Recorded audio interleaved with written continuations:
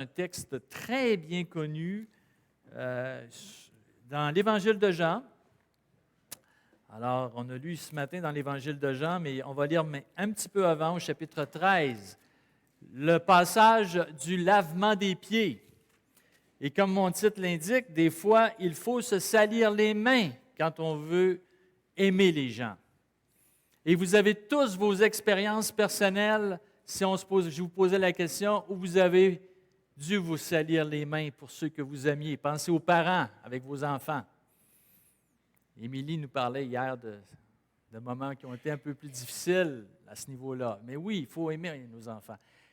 Quand j'ai pensé au camp Brochet comme ministère, quand j'ai commencé à m'impliquer, à considérer le camp, mon beau-père a même rappelé la fois où M. Boitry avait été dans la fosse septique lorsque la fosse avait bouché lors d'une conférence. Réal était peut-être là. Oui, c'est ça. Alors, des moments comme ça, il faut y aller. Et le Seigneur nous donne un exemple dans ce texte où il faut se salir les mains. Le texte est bien connu, chapitre 13, versets 1 à 17. Mais ce que j'aimerais vous rappeler, c'est que on se souvient du lavement des pieds, Jésus qui lave les pieds. On a toute cette image-là dans notre tête. Mais c'est 2 versets sur 17. Le reste, c'est ce que le Seigneur Jésus vivait en dedans de lui, ce qu'il a voulu transmettre comme enseignement. Et c'est sur ces 2 aspects que j'aimerais m'arrêter ce matin. On va lire ensemble ce texte premièrement. Chapitre 13. Avant la fête de Pâques, Jésus, sachant que son heure était venue de passer de ce monde au Père, et ayant aimé les siens qui étaient dans le monde, mit le comble à son amour pour eux. Pendant le souper, alors que le diable avait déjà mis dans le cœur de Judas Iscariote, fils de Simon, le dessein de le livrer, Jésus, qui savait que le Père avait remis toutes choses entre ses mains, qu'il était venu de Dieu et qu'il s'en allait à Dieu, se leva de table, ôta ses vêtements et prit un linge dont il se ceignit. Ensuite, il versa de l'eau dans un bassin, et il se mit à laver les pieds de ses disciples et à les essuyer avec le linge dont il était ceint. Je vais maintenant au verset 12. Je saute complètement le passage avec Pierre. Verset 12. Après qu'il eut lavé les pieds et qu'il eut pris ses vêtements, il se remit à table et leur dit, « Comprenez-vous ce que je vous ai fait? Vous m'appelez Maître et Seigneur, et vous le dites bien, car je le suis. Si donc je vous ai lavé les pieds, moi, le Seigneur et le Maître, vous devez aussi vous laver les pieds les uns aux autres. Car je vous ai donné un exemple, afin que vous fassiez comme je vous ai fait. En vérité, je vous le dis, le serviteur n'est pas plus grand que son Seigneur, ni l'apôtre plus grand que celui qui l'a envoyé. Si vous savez ces choses, vous êtes heureux pour vous que vous les pratiquiez. » Amen. Donc, le Seigneur aborde ces derniers moments de sa vie par un exemple. Il met le comble à son amour pour eux, comme le verset 1 nous le dit. Ou dans d'autres versions, il les aima jusqu'à la fin, jusqu'au bout. Et c'est sûr que cette pensée fait référence à tout le passage, toutes les étapes qui vont suivre jusqu'à la croix, où Jésus va mettre le comble à son amour. Mais il ne demeure pas moins que ce verset nous parle d'un exemple. Le Seigneur Jésus débute ce passage, ce temps avec le disciple, ce temps d'enseignement, de prière, d'intimité par un exemple. C'est son legs testamentaire qui débute. C'est ses derniers moments de sa vie avec ses disciples, dernières heures, et il débute par un exemple. Il exprime son amour, le Seigneur Jésus, de différentes façons, mais dans ce passage aussi, il exprime son amour en étant opposé à différentes choses. Il sait premièrement ce qui l'attend. Donc, il exprime son amour malgré le fait qu'il sait ce qui l'attend. Le Seigneur Jésus va mourir. Son heure est venue. Verset 1. Sachant que son heure était venue de passer de ce monde au Père. L'histoire de l'humanité va basculer. Satan sera vaincu. Mais Jésus pense à ses disciples, à ce qui va leur arriver. Donc, cette question d'heure, cette question de « mon temps est là », c'est un thème qui est important dans l'Évangile de Jean. C'est un thème qui fait référence à quoi? À la volonté soumise du Seigneur Jésus à celle de son Père. Il faisait ce qui lui était agréable. Il faisait ce que le Père demandait.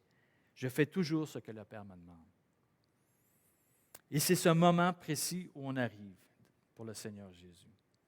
Ça nous parle d'une dépendance radicale du Seigneur Jésus envers son Père.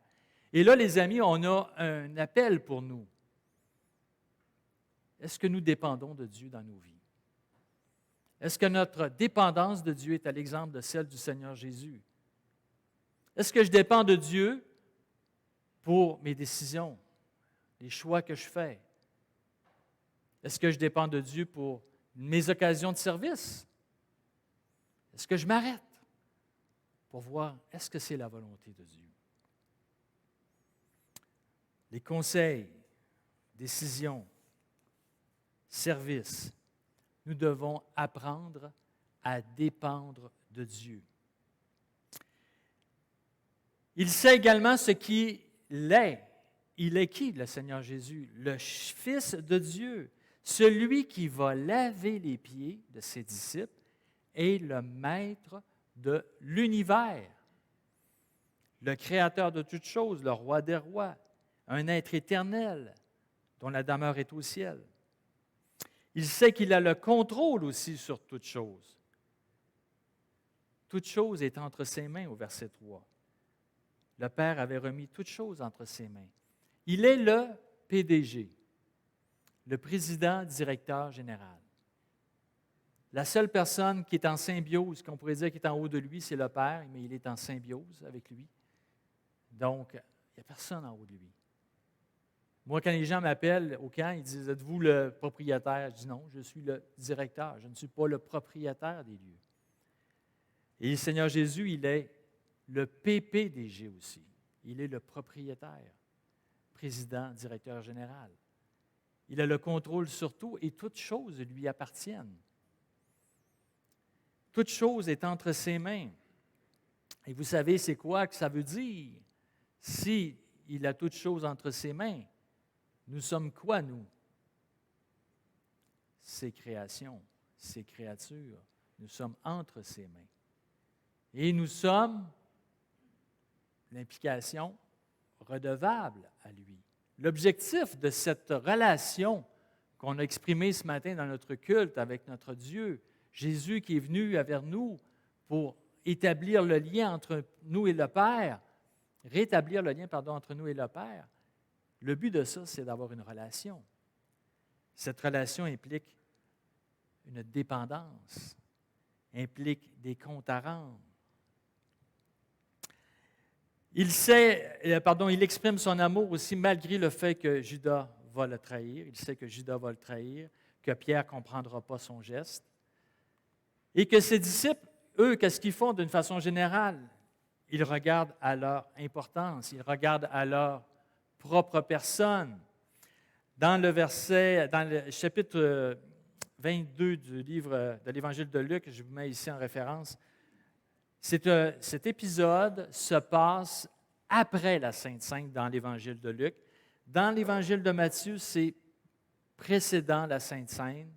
Donc, on peut penser que c'est deux événements différents, mais qui expriment la même chose. Et on va le lire ensemble. Une dispute éclata aussi entre eux, donc entre les disciples, pour savoir lequel d'entre eux devait être considéré comme le plus grand.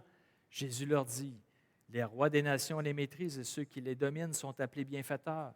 Qu'il n'en soit pas de même pour vous, mais que le plus grand parmi vous soit comme le plus petit, celui qui gouverne comme celui qui sert. Car quel est le plus grand? Celui qui est à table ou celui qui sert? » Alors, vous voyez l'allusion. N'est-ce pas celui qui est à table? Et moi, cependant, je suis au milieu de vous comme celui qui sert. Je crois que les disciples, lorsqu'ils sont entrés dans la chambre haute, la seule chose à laquelle ils pensaient, c'est qui va être assis aux côtés du Seigneur Jésus, qui va avoir les places privilégiés, les meilleures places. C'était ça leur opinion. Qui est là? Qui va avoir le plus d'autorité dans leur royaume lorsque le Seigneur va établir son royaume? Ils ont toujours cette perspective très terrestre du royaume du Seigneur. Personne était prêt à ce moment-là à se salir les mains pour leurs amis. Personne ne voulait laver les pieds des autres. On a une application ici incroyable. L'amour du Seigneur, exprimé malgré le fait, comme j'ai dit, de toutes ces embûches, nous montre quelque chose. Son amour, il est inconditionnel. Il ne dépend pas de la réaction de Judas. Il ne dépend pas de la compréhension de Pierre. Il ne dépend pas de l'orgueil de ses disciples. Il est inconditionnel. Il a décidé, lui, d'aimer. Il n'attend pas que François soit aimable. Il l'aime, même s'il est bien aimable. Comprenez? Moi, dans ma vie, quelle sorte d'amour je veux exprimer? Un amour qui est relatif à la condition dans laquelle je suis, à l'affection qu'on m'apporte, à la considération qu'on me donne. Il y a le lavement des pieds, comme j'ai dit, qui est très court. On connaît l'idée un peu de cette action qui fait référence à quelque chose qui était réel dans cette époque de l'humanité, qui existe encore aujourd'hui, mais qui reflétait quelque chose derrière l'action, pas plus subtil, mais il y avait une image, il y avait une réalité là-dedans. D'abord, on voulait honorer celui à qui on lavait les pieds. Alors, dans l'histoire d'Abraham, chapitre 18 de Genèse, lorsqu'il y a des invités qu'il reçoit, qui arrivent chez lui, tout de suite, on leur lave les pieds, on amène de la nourriture. Alors, on honore les gens qui viennent chez nous. Par contre, cette action-là n'est pas faite par celui qui reçoit. Si tu viens chez moi, je vais être bien content qu'on te lave les pieds, mais ce n'est pas moi qui vais te laver les pieds. C'est fait par le plus bas des serviteurs. Et même pour les Juifs, c'était fait souvent par quelqu'un d'une autre nation. Le serviteur juif avait le droit de refuser de laver les pieds. C'était trop humiliant. On a un peu l'idée dans le Nouveau Testament avec Jean-Baptiste. Lorsqu'il a vu le Seigneur Jésus, qu'est-ce qu'il a dit? « Je ne suis pas digne de lui délier la courroie de ses sandales, ses souliers. » Pourquoi il dit ça? Je ne suis pas digne de lui laver les pieds. Je ne suis pas digne de m'abaisser pour lui laver les pieds. Alors, je ne peux pas aller là. Autrement dit, là, lui, il n'était même pas capable de penser à ça, Jean-Baptiste. On voit vraiment l'image ici. Alors, le Seigneur nous aime. Il veut que son amour soit en nous. On l'a aussi exprimé ce matin au travers de chants. L'amour du Seigneur doit briller au travers de nous. Et cet amour, comment qu'elle doit briller?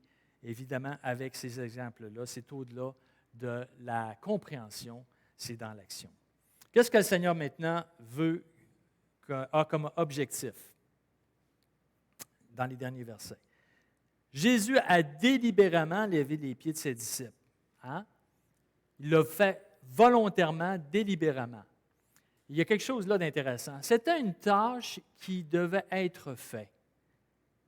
Et le Seigneur l'a fait. Ça paraît drôle à dire comme ça, mais il y avait 12 personnes qui étaient là, qui se regardaient, puis qui savaient qu'il fallait qu'elle se fasse cette tâche-là. Mais personne ne voulait la faire. Combien de fois dans ma vie, je vois les choses, puis je ne les fais pas. Je suis fermé. On va en reparler tantôt. Il veut exprimer son amour, un amour insondable à ses disciples, mais aussi c'est une leçon d'humilité. Au-delà de l'amour qu'il veut démontrer, il veut leur montrer que l'humilité, ils ont besoin d'apprendre cet aspect-là. Les disciples considéraient le pouvoir, le leadership, un peu comme le monde le considère. Comme quoi? Une occasion d'être servi, de pouvoir dominer sur les autres. Mais le Seigneur Jésus est en train de leur montrer autre chose. Il est en train de leur dire que le royaume de Dieu, dans le royaume de Dieu, les postes de direction sont une occasion de servir les autres. Peu importe où on se trouve sur l'échelle, OK? Il y a toujours un barreau qui est plus haut que toi. Et il y a toujours des barreaux qui sont en bas de toi. Donc, il faut être non seulement flexible, mais il faut voir le travail, il faut être sensible aux autres. Dans l'image, dans la pensée de Dieu en ce qui concerne le leadership, c'est en servant les autres. C'est un lieu de service. Jésus, qui est le Dieu souverain, le chef suprême, le roi des rois, a accepté de laver les pieds de ses disciples. Si lui, le roi des rois, peut laver les pieds sales de ses disciples, toi et moi, on peut faire n'importe quoi. Ce que le Seigneur Jésus est en train de faire, c'est nous montrer que dans l'exemple extrême, dans l'échelle, dans les limites, lui est à l'extrême et il a fait ce qu'il y avait de plus bas. C'est ça qu'il est en train de nous montrer. Puis toi, puis moi, là, on est dans cette échelle-là quelque part. Peu importe où ce que tu es. Papa, maman, boss, employé, tu as toujours quelqu'un, toujours une relation, couple, femme, homme. Il y a toujours des relations où tu peux avoir une influence sur quelqu'un, où tu as une relation de leadership sur quelqu'un. Peu importe, même si tu es ado, tu as des enfants qui te regardent. Il y a toujours une occasion. Alors, il faut avoir ça en tête. Nous sommes là pour être au service. Plutôt que de se disputer pour savoir qui est considéré comme le plus grand, les disciples devaient s'humilier en servant les autres. Plutôt que de s'efforcer de revendiquer leurs droits, ils devaient saisir les occasions de servir les autres en accomplissant même les tâches les plus humiliantes. En d'autres termes, même ceux qui sont en haut, entre guillemets, peuvent et doivent servir ceux qui sont en bas. Et évidemment, dans notre contexte d'aujourd'hui, cet enseignement-là est révolutionnaire. Ça appelle les chrétiens à agir d'une façon différente. Ça nous appelle à agir d'une façon différente que le monde nous enseigne. Puis quand je vous dis ça ce matin, peut-être que vous n'êtes pas ébranlés, mais que vous dites, voyons donc, tu sais, c'est ce que ça veut dire. Mais ça veut dire que tu dois servir, que tu dois avoir l'esprit ouvert pour saisir les occasions. Ne pas avoir peur de t'impliquer. Il appelle les chrétiens à agir d'une façon différente. Et on agit évidemment de façon différente. Et on dirige véritablement lorsque nous mettons au service des autres et que nous nous sacrifions pour eux, à l'exemple du Seigneur.